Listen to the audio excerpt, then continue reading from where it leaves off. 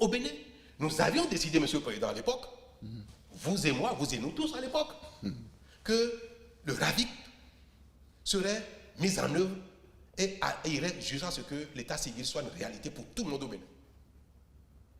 Donc j'ai continué votre œuvre, Monsieur le Président, en essayant de pousser le RAVIC le plus loin possible.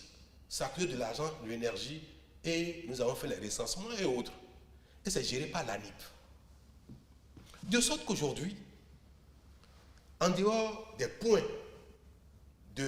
d'enrôlement de l'ANIP, on vient d'ailleurs de décentraliser cela, de sorte que dans les arrondissements, dans les mairies, l'ANIP maintenant a installé le dispositif pour que les citoyens puissent aller directement se faire enrôler pour ceux qui ne l'ont pas fait et que les naissances fassent l'objet d'une transcription directe au registre d'état civil, à la base de données d'état civil.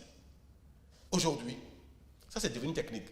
Monsieur Eric Rouleté a parlé de l'algorithme qui permet de mettre dans l'état civil toutes les données et de pouvoir extraire ceux qui ont 18 ans, qui sont en âge de voter.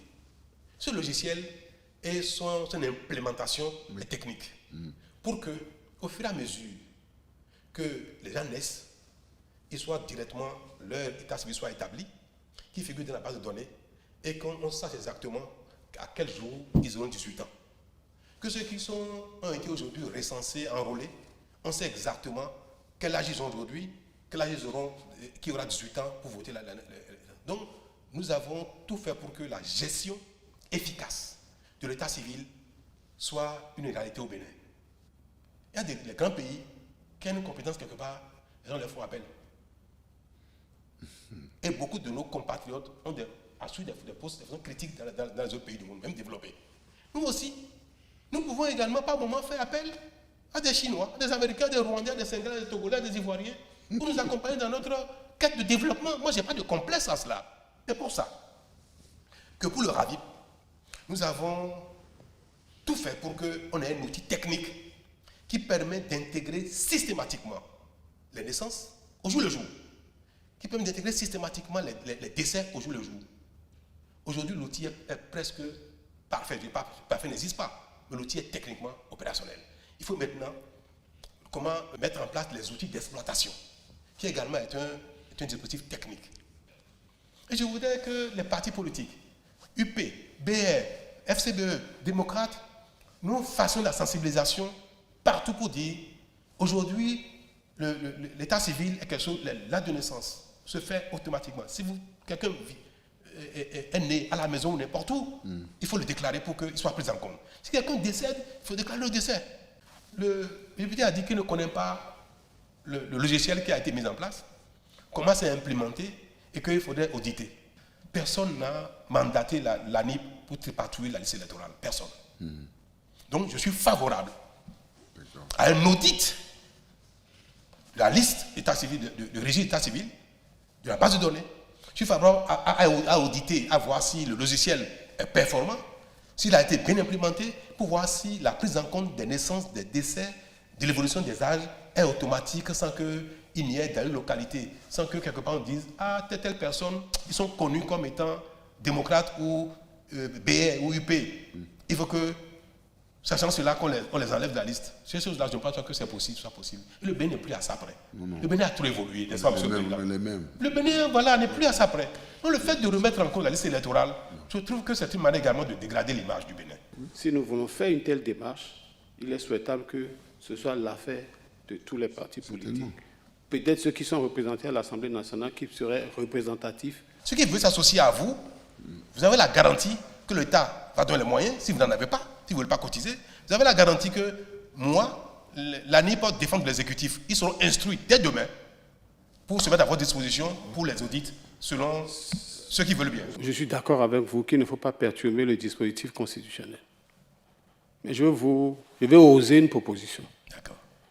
Puisque c'est votre sensibilité politique qui a désigné tous les membres de la Cour, à l'Assemblée nationale comme au gouvernement, par le président de la République, si vous suggériez à l'un d'entre eux de démissionner, vous ouvriez la porte à quelqu'un de l'opposition ou des démocrates et toute la nation verra que quelque chose a été fait. Ce sera formidable. Vous avez tous les moyens de loger cette personne quelque part d'autre. Vous savez comment ça s'appelle? Non, Président. C'est une manipulation. Oui. Président Yaboni, vous avez entendu ce qu'il a dit? Vous avez été ancien président de la République. Oui. Vous avez entendu ce qu'il a dit? Oui. Je n'ai pas entendu. Ils veulent que... Moi, je vais vous dire ce qu'il a dit.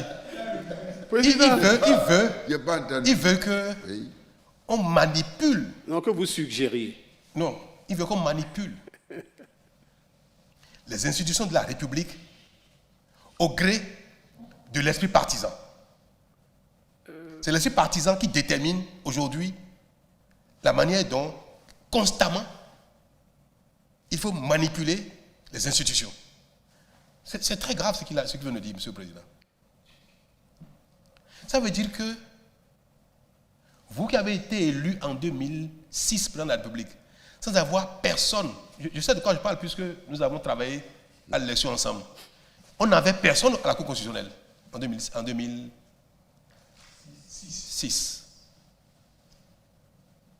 En 2016, Patrice Talon n'avait personne au Parlement, à la Cour constitutionnelle. C'est bien passé, non?